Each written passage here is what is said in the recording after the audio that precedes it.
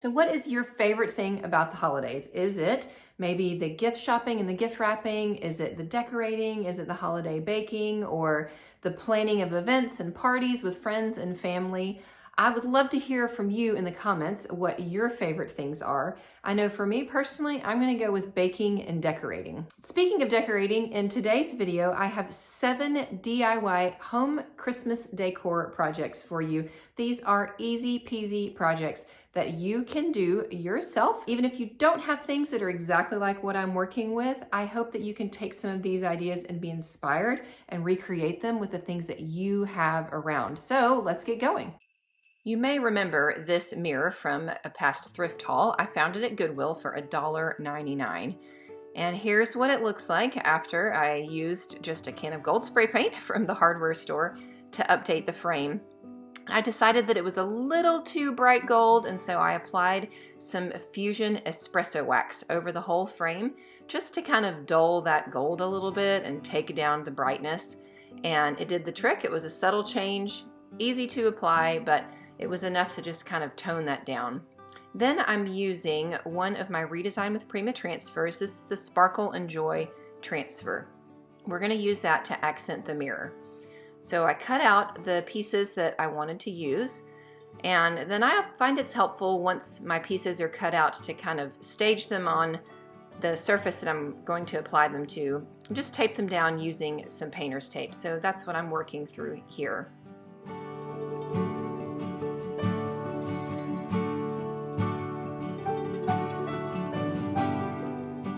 Once everything is taped down and in place, then it's time to start applying the transfer. And it really is easy, you guys. You just peel off the wax paper backing and stick your transfer to the surface. Now it does help to kind of work slowly because these things are super sticky. And so once they stick, they're not coming off. You can't really move them. So be careful as you're doing it and work slowly and just kind of roll it down to help keep from getting any bubbles as you're sticking it onto your surface.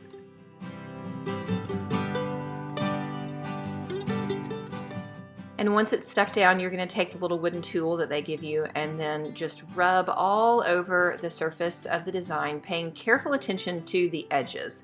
That's where they're going to want to kind of peel off. And I like to kind of pull that acetate sheet and rub at the same time. And then there you go. It leaves the design on your surface. Now I did clean this mirror first. It is important to make sure that the surface where you're applying your transfer is clean.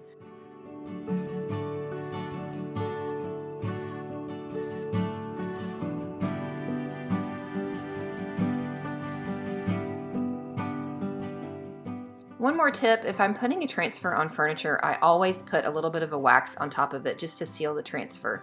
But for decorative projects like this, I typically don't put anything on top. It would smudge the mirror anyway if I did, and it works fine. They're really pretty sturdy, hard to scrape off, and since this is just going to be something to look at and be pretty, it's great without any top coat.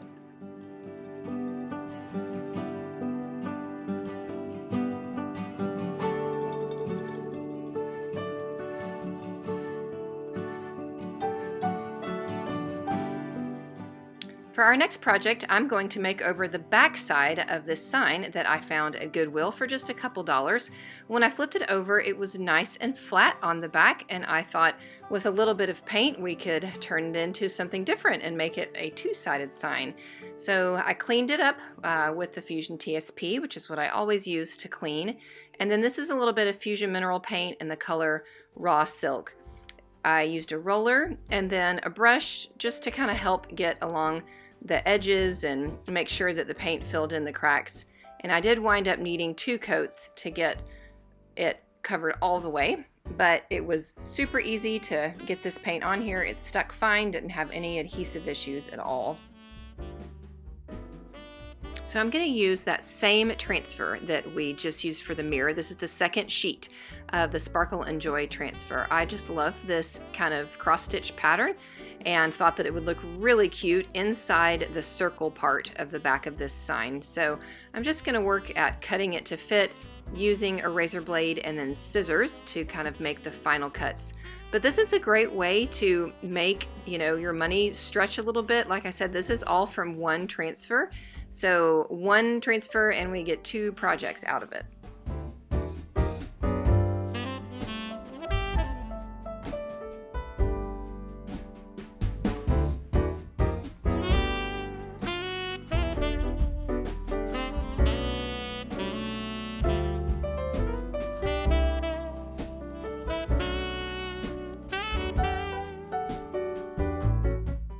So now that we've got it cut to fit, it's just taking off that wax paper backing and sticking it down. And we're going to do the same way that I did with the mirror. I just pull off one side and then kind of peel it and press as I go down. And then we're going to use that same burnishing stick and rub and rub and rub over the design and kind of peel and rub at the same time. And really that's the process. It's the same applying it over paint as it is applying it over any other surface. You just want to make sure that your paint is really nice and dry. So this paint had been on here for several hours before I applied the transfer. If your paint is still got any sort of kind of dampness or humidity in it, then your transfer could have a little trouble sticking. This one we didn't have any trouble at all though. Then I took another piece of the transfer, this cute little word joy, centered it up, and that's going to be our final accent.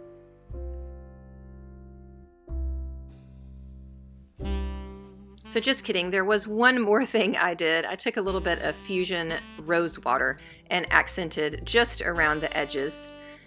And you can see those little pretty pink edges now of the sign and how they go with the pink and the rest of the design. I think it turned out really cute, and now we have a 2-sided sign that we can use for the holidays and then back again in the spring. Our next project here is this little wood trivet that I grabbed at the thrift store for 50 cents.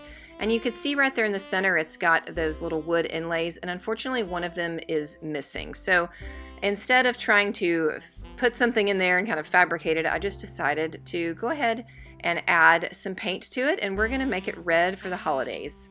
This is Fusion Mineral Paint Highlander. It's one of their new colors. And it's not quite as bright as Fort York Red. I think it's really perfect for kind of that red Christmas decor.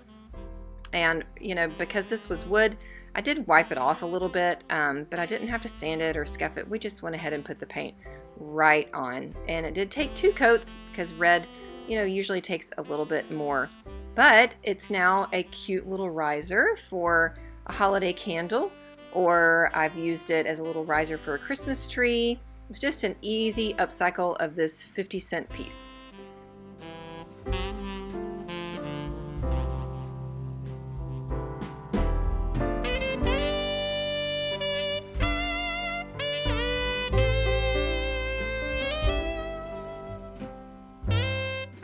All right, you guys, this project is so easy that I hesitate to even share it with you, but it may be an idea that you haven't had yet, so I'm going to pass it along. I like to go to thegraphicsfairy.com. I'll share that website again down in the description. You can print out all of these vintage Christmas postcards. So this is one that I literally saved from her website. I printed it out here at home, cut it to fit inside this mat that I bought from Walmart. And then that is a black thrifted frame. So we just tape our printed out vintage Santa postcard and put it in our thrifted frame. You guys know thrift stores always have so many frames. And then it is just the perfect little holiday art. And I love keeping this around. It's a great filler for your displays if you need something with a little bit of height. This was a $2 to $3 project in total.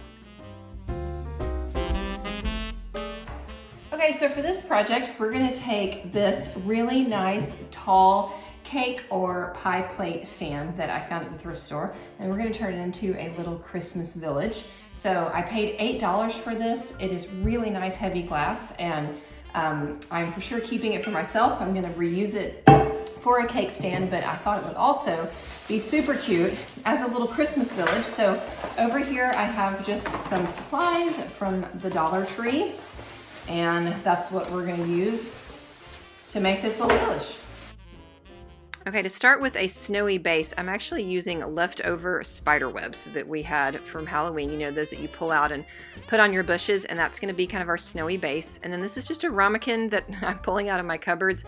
We're going to use it to kind of help vary the height with these cute little church ornaments that came from the Dollar Tree. So one can go up there on the ramekin, and it kind of looks like a snowy hillside. And then we're just going to put these little varying height Christmas trees around. You guys, I shared a picture of this on my Facebook page, and it is the highest reaching post that I've ever made. It kind of went a little viral, and it was so easy to do, but people loved it.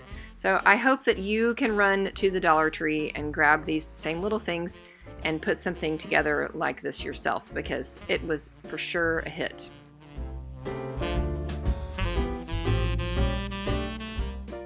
I did sprinkle a little bit of fake snow just to add a little bit of extra glitter and cover up some spots.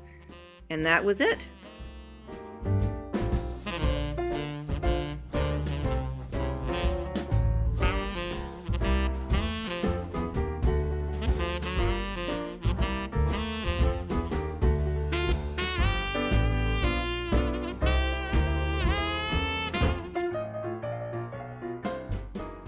So here's another little project with some more Bottlebrush trees that are just so cute. You may remember this cream and sugar set that came from a thrift haul. I had intended to turn them into candles, and I'm still going to do that, but for the holidays right now, we're going to put these adorable little trees inside of them. The problem was I needed the trees to be up a little bit higher. They didn't quite fit down in there, so I just cut up some pieces of cardboard, and we're going to stack them up, and that's going to help give our trees a little bit more height. And then so you don't see the cardboard, I'm pouring just more of that Dollar Tree kind of fake glittered snow, and it's going to cover it all up so you don't see it from the top and you don't see it from the sides either. And then our tree can sit right on top of it, and it's high enough to kind of stick out of the top like I want it to. Now, if you wanted to hot glue the pieces of cardboard down and hot glue your tree to that to make this more permanent, you could definitely do that. I am still holding out that I'm going to turn these into some candles. So I didn't hot glue anything. They're just setting down in there, just kind of nestled in that fake snow.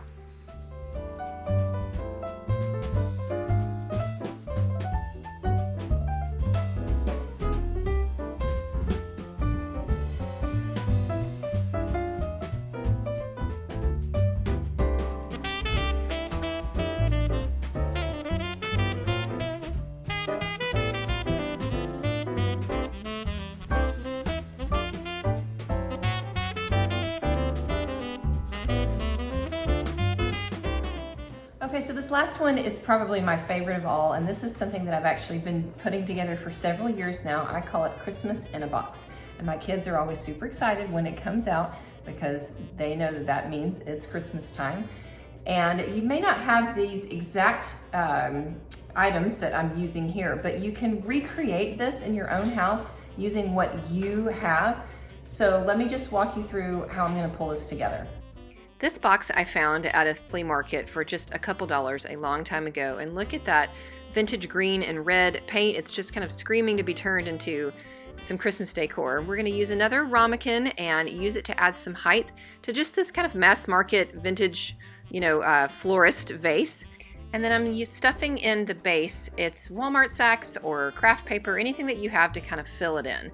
And then once that's in there, layering in these picks, which I grabbed years ago, again, at the dollar store. They're not in the best shape, but they're fine for this project. And I kind of liked the brighter green color of the pears, but we're just poking a few of those in along the sides. And then I'm going to take these beautiful vintage glass ornaments. These were my grandmother's, and they were handed down to me. And they just kind of get piled in, filling up all of that empty space. And I'll tell you guys that in probably 10 years of having this little decoration out, I've only ever broken one ornament. So yes, they are fine in there. I haven't had issues with them. The goal is just to fill in all of that empty space. Now this guy right here is the final step, and he is a two-sided little Christmas Santa cutout that I found a set of them of 3 or 4 at a flea market a long time ago, and I like to put him just kind of right here on this edge, standing up out of the box. So you can see him, because he's double-sided, you can see him from this side and you can see him from this side, which means we can put the box on like as a table centerpiece if we want, because it's kind of appealing from all directions. And then here's the part where my kids really get excited. This little vintage green vase right here, I always fill with holiday Hershey's Kisses. And they know that if there's Hershey's Kisses in here, they can eat them. It's just kind of open season. It's the one time of year where I don't really try and limit their snacks or their treats. If there's Hershey's Kisses in the Christmas in a box, then they can come in and grab them, and they love it. I usually wind up going through a couple packages every season. There you go.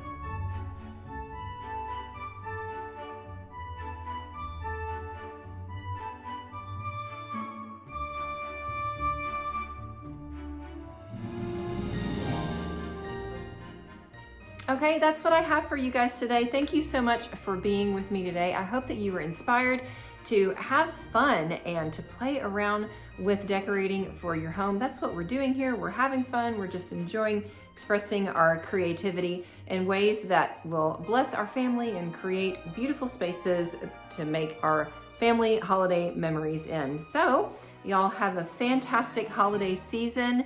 And of course, if you're not a Lost and Found subscriber, I've got to make that ask. I hope that you would hit that button and join our community here. I'll see you guys again soon.